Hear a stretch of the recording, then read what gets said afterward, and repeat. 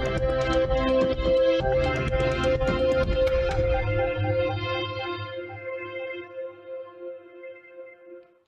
and welcome to Spectrum News at 12. I am Uyai Anyekan, coming to you live from the beautiful hills of Ibiakuran.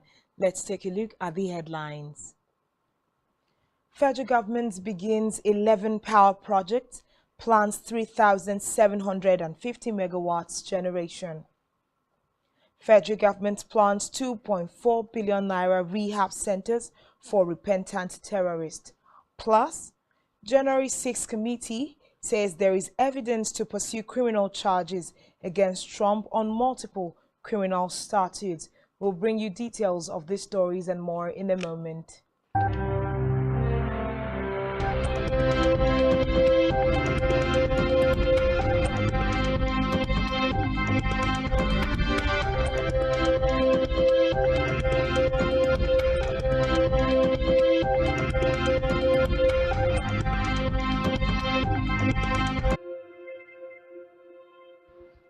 First in our news this afternoon is a report that the federal government has disclosed that 4 hydropower projects with a combined capacity to inject 110 megawatts of electricity into the national grid had been completed.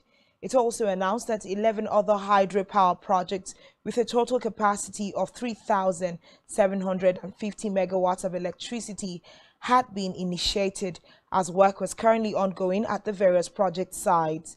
The Minister of Water Resources, Suleiman Adamu, disclosed this in a document on the infrastructure development by the Federal Ministry of Water Resources, explaining that Nigeria's hydropower potential was 12,220 megawatts, adding that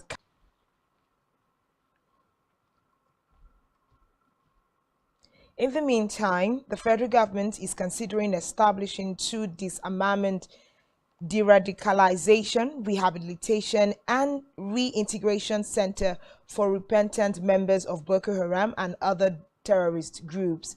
According to a presentation made by the coordinator of the National Counter-Terrorism Center, NCTC, retired Rear Admiral Yem Musa, to the House of Representatives Committee on National Security and Intelligence.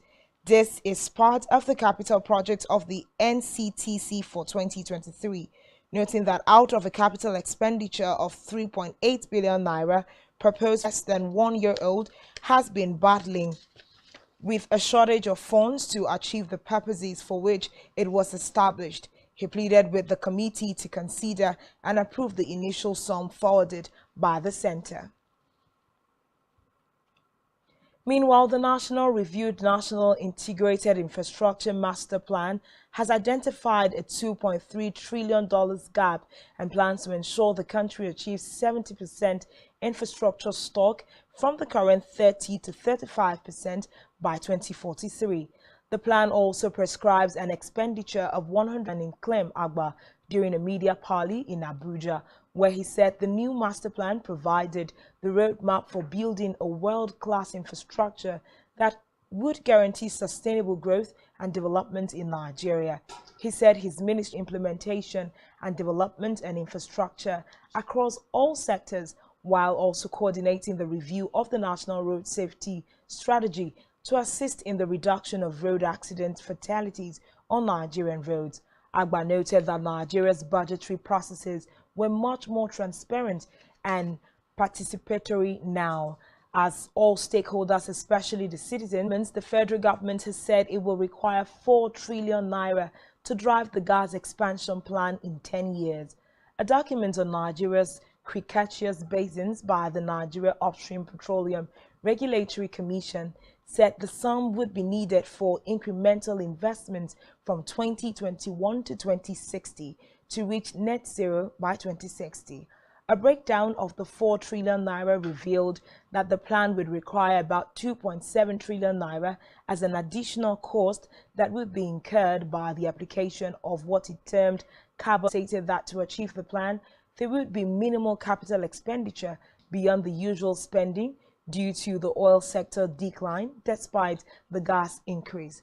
Federal government, however, said operational expenditure savings were expected due to efficiency improvements as part of the transition plan. Meanwhile, the Federal Road Safety Corps has announced it has deployed 36,224 personnel and 1,226 patrol logistics to facilitate vehicular movement during the Christmas and New Year celebrations nationwide. BIU said the FRSC has maintained a culture of organizing special patrol operations, codenamed Operation Zero Tolerance to Road Traffic Crashes, for many years. He added that the measures followed a series of activities that marked the holiday season to ensure the safety. A press briefing in Abuja revealed that the objective of the special patrol operations, which commenced on December 15, 2022 and would end on January 15, 2023, is focused on the enforcement of traffic laws and prompt response to accident victims. On electoral matters, the Independent National Electoral Commission (INEC) has expressed concern and also lamented that its past efforts to curb vote buying failed, adding that the vice could mar successful conduct of the elections. Speaking at a two-day workshop on political violence and election security, organized by the National Defense College in collaboration with African Global Empowerment and Development Network, the INEC chairman Mahmoud Yakubu insisted that there must be an end to the attacks on its facilities, as well as the insecurity ravaging parts of the country, if the Commission must conduct free, fair and credible elections in 2023. In a related development, the Podonian Okokwe over money laundering will not break his resolve to be Nigeria's president in 2023. Obi stated this during an interaction with journalists of the Nigeria Union of Journalists (NUJ) in Uyo, Akwa Ibom State Council Secretariat. The former Anambra State Governor said he was undaunted by the conviction and will allow the due process of law to take its course. Currently, and in the alternative, that it should pay 500,000 naira each in each of the count for 26 count charge, in which he was found guilty of collecting money in excess of 5 million. And the court has said that he has up to 4:30 this afternoon to sort out himself by way of paying the fine, if he can. But if he cannot pay it, then he will now be taken to Kuje prison. Corruption, what is different? What is corruption? Is it not corruption? That money that you are not entitled to, you will go and be collecting it without even minding that that money was in excess of the money, the amount allowed by law. Is that not corruption? So he has been convicted, and then if by the time we get the judgment proper. Africa, where Ivory Coast has commissioned the construction of two major abidjan. The launch of the construction was attended by the French Economy Minister Bruno Le Maire, who signed agreements including credit for the project. Recall that at the end of 2019, a French consortium had been chosen to build the first metro line in Abidjan, with France committed to covering the contract with a mix of loans from the French Treasury and private financing, guaranteed by the French government. Reports say the cost of the work is estimated at 1.36 billion euros.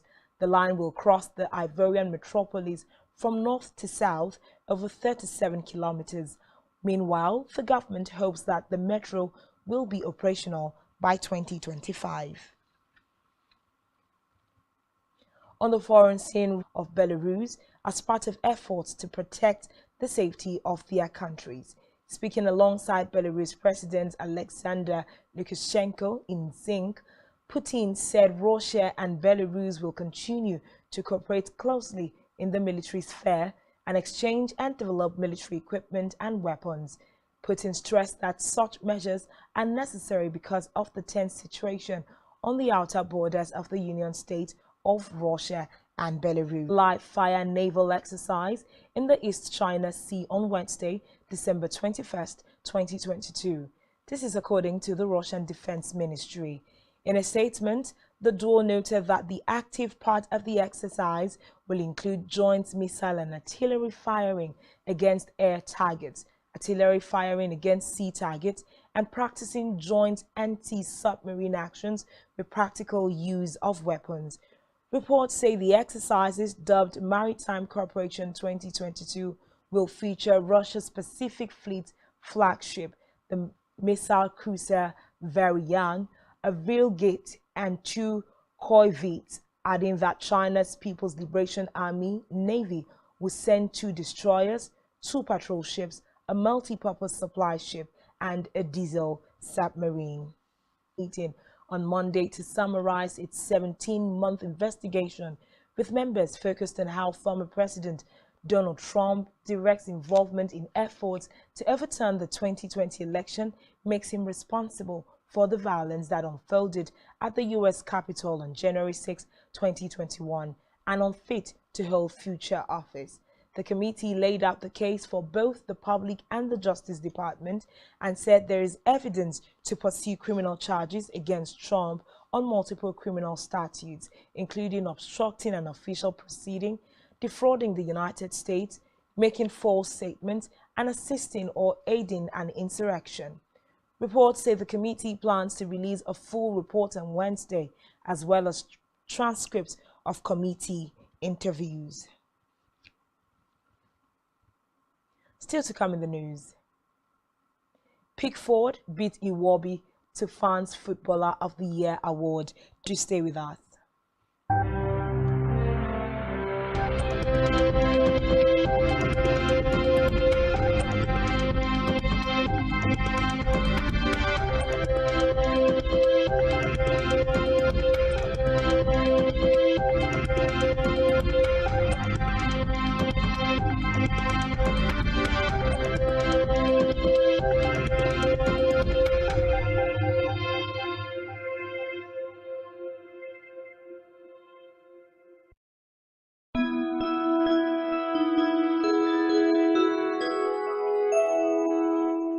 Season's greetings from Spectrum TV.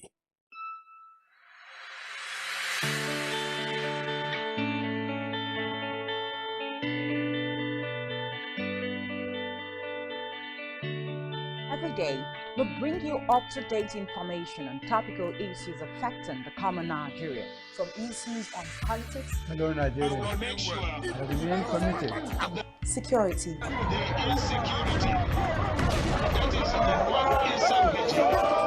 education, health, lifestyle, and so much more. Join Janice Kobum and Uyai Anyeken every weekday from 7 a.m. to 9 a.m. on Rise and Shine Daily, exclusive on Spectrum Television.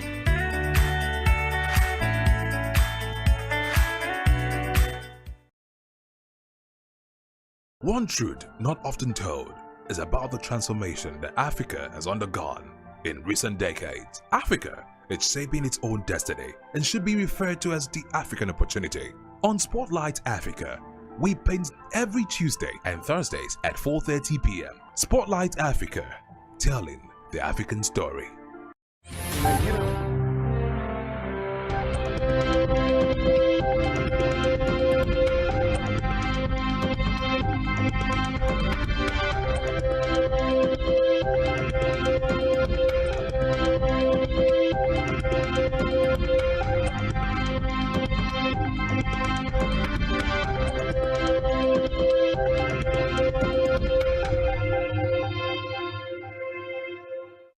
Thanks for staying tuned, and now to the rest of the news.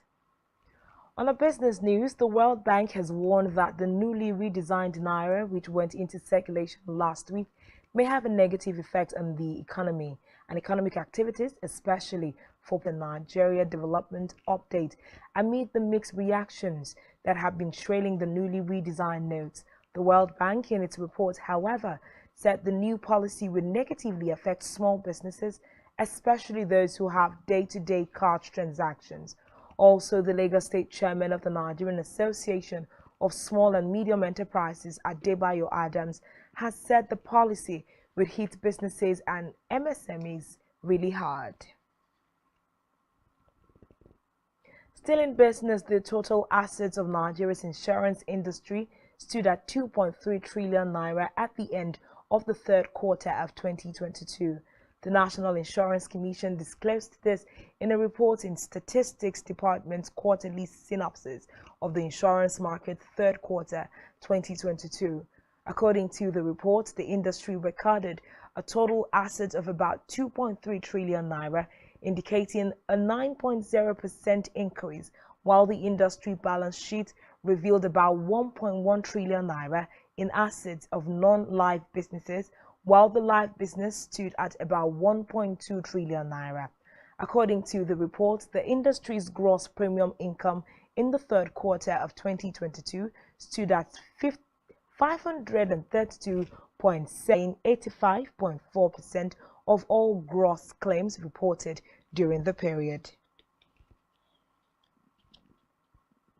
In health, the Minister of State for Health, Eku Nkama, has lamented the acute shortage of doctors, nurses, and other health professionals in government hospitals across all levels, including tertiary health institutions, due to the increasing immigration syndrome. The minister said this while speaking at the inauguration of bedded intensive care units, neonatal intensive care units, pediatric intensive care unit, and labor ward at the Lagos State University Teaching Hospital. Nkama added that the Federal Ministry of Health, with other government agents, including the Office of the Head of the Civil Service of the Federation, is working very hard to ensure that exiting staff is replaced as soon and seamlessly as possible. Still in health, China has reported its first death from COVID-19 since loosening its hardline containment policy. As hospitals placed, the country is pressing ahead with unwinding years of its zero COVID policy, with people in one megacity told they can go to work if they are visibly ill. Reports say official case numbers are widely considered unreliable following the end of mandatory mass testing, while fears are mounting of a wave of infections in poor rural areas during the upcoming Lunar New Year holidays. In sports, Everton goalkeeper Jordan Pickford beat Alex Iwobi to become the fans' footballer of the year. The Toffees goalie, who has been in fine form over the past 12 months, helping to keep Everton in the Premier League with big saves, came in second with 34%. Iwobi has been a player transformed under Frank Lampard and also picked up a sizable chunk of the vote, pushing Pickford all the way with just 21 votes separating the pair. Recall that Pickford finished the Qatar 2022 World Cup at joint top of the clean sheet standings, but was denied the Golden Glove award due to Emiliano Martinez's final heroics that helped Argentina win the tournament. Still in sports, Argentina's World Cup winning squad has arrived home to a jubilant Buenos Aires, with massive crowds lining the streets and cheering their champion's return. Captain Lionel Messi stepped off the plane first, holding the gold trophy aloft, followed by his triumphant team onto a red carpet at the airport, greeted by reporters, officials, and a live band. According to state media agency Telem, the team will first spend the night at the Argentine Football Association's training ground. T20 and 2021, due to the federal government's directive on COVID-19 safety protocols, will commence on Thursday next week.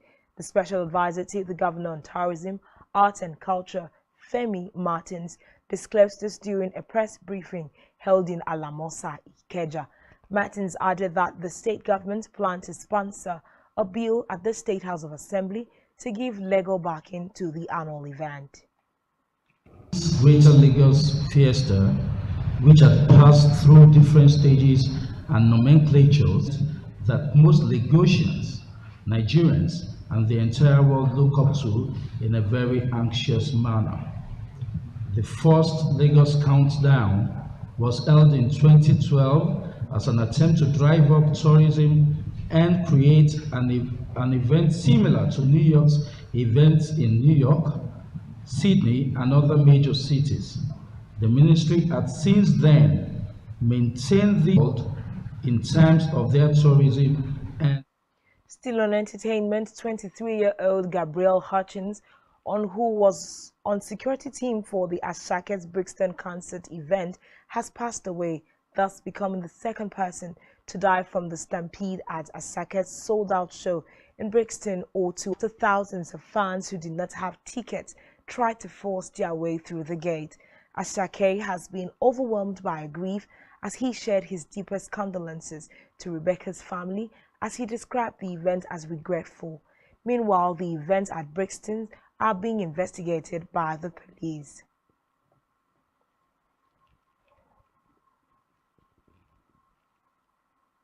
And that's all we have for you at this time. Do ensure to follow us on social media, subscribe to our YouTube channel, all of which you can find on our website, spectrumtv.ng. You have been watching Spectrum TV News at